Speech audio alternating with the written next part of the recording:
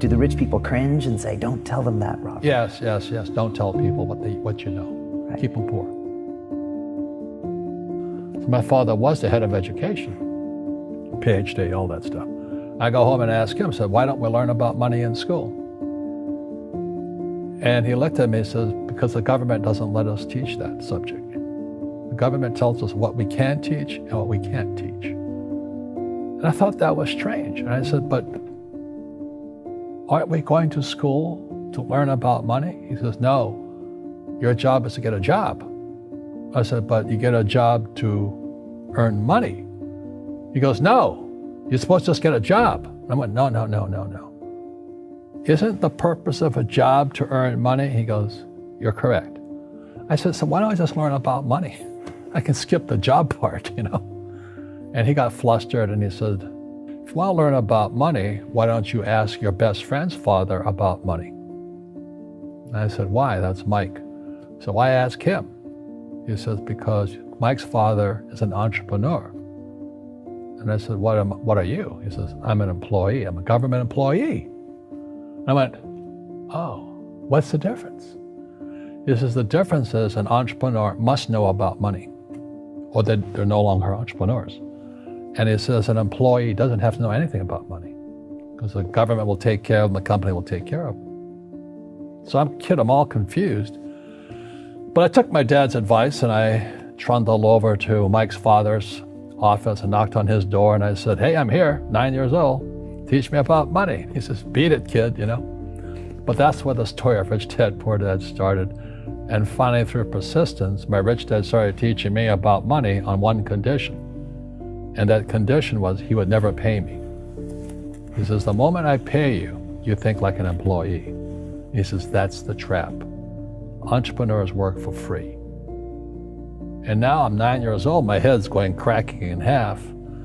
He says, you never want a paycheck. You understand that, kid? I said, okay, I got it. And he says, well, how do I make money? He says, that's what entrepreneurs figure out. It's like, so how do I learn about money? So he would just break out a Monopoly game board. So I would work for free. I'd pick up cigarette butts, and he had hotels and restaurants, and I would clean and do menial tasks. And as I got older, I started getting into office work and marketing and accounting, and I was an apprentice basically, but I always worked for free. And he would teach me about money, but the way he taught me about money was playing Monopoly. And I finally one day I got upset. I said, well, when are you going to teach me about money? He says, what do you think we're doing? We're playing Monopoly. He goes, no. What do you think we're doing? We're playing Monopoly. He says, what do you think we're doing? So I don't know. I'm teaching you about money. And then that's when, you have one green house. He says, there's many formulas for great success in money. There's thousands of them, but one of the best ones is found on the game of Monopoly. It still is today. 4 green houses, 1 red hotel. I said, what? He says, one of the greatest ways to acquire great wealth is playing Monopoly in real life. 4 green houses, 1 red hotel. Well, is that all there is? He goes, that's it. And he says, what do you think I'm doing? And I went, I don't know. So then he took me out and he showed me his greenhouses. And 10 years later, when I was 19, I was now in school in New York, and I come back to Hawaii, and Rich Dad had bought the biggest piece of land smack dab in the middle of Waikiki Beach. And when you go to Waikiki Beach today, you'll see the Hyatt Regency Hotel. That was his hotel. Just like the game of Monopoly. Just like the game of Monopoly. Acquired assets and they became bigger assets. He just kept what's called an assemblage, because that property wasn't that big at the time. So he had to buy out all the small guys. Because Waikiki was a little dirtwater little town. So he'd buy out this shop owner and buy that shop owner. And it took him a while, but he finally assembled this large piece of property. And then he and Hyatt put up this giant hotel. It just sold for $800 million. So that's how I learned about money.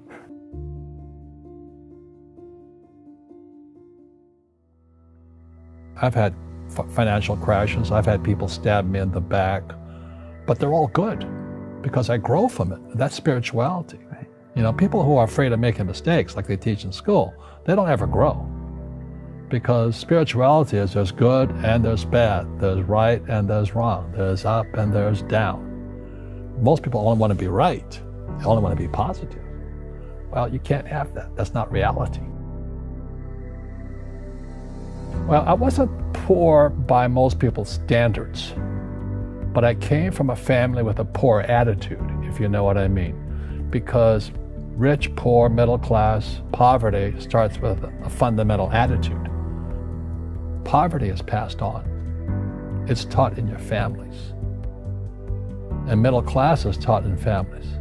And so the people right now who are sitting at home, who are struggling financially or worried about money or unhappy, they may be making a lot of money, but unhappy with what they're doing, it was probably taught to you.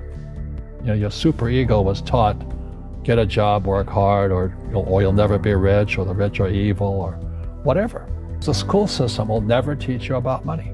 The school system was designed to teach you to be an employee, which is important, or a doctor or a lawyer, a specialist, but never about money. And what most people lack is real business knowledge, like accounting, you know, like debt, like taxes. You got to know that stuff, but they don't teach it in school to anybody. So, and then when people ask me, how did your rich dad learn this when your poor dad, a PhD, didn't? And the answer is very simply, my rich dad, who's my best friend's father, his father died when he was 13. So rich dad had this family business at 13 to run. So he had to drop out of school, which was his blessing. You know, there's blessings, and you know, sometimes the blessing doesn't look like a blessing, but it turned out to be a blessing. And then his teachers became his bookkeeper, his accountant, his attorney, his banker, his real estate agents. So he has what I call real teachers, not these fake teachers in school. You see, most teachers in school, they're out of ethics. They teach subjects they themselves don't practice. I asked the teacher, I said, you know, I'm in my third year of calculus now. It was called strength of materials. I said, am I ever going to use this stuff? He goes, no. You know, I said, why do you teach it? He says, because I get paid. I said, do you ever use it? He goes, no. And that's why, you know, you have to, in life, one of the things I suggest to people, you got to find a real teacher versus a fake teacher. And a fake teacher is somebody who doesn't do what they teach. And a real teacher is doing what they teach every day. So my accountants, my attorneys, they're in it every single day. That's how I learn, because every day I'm solving problems in my business.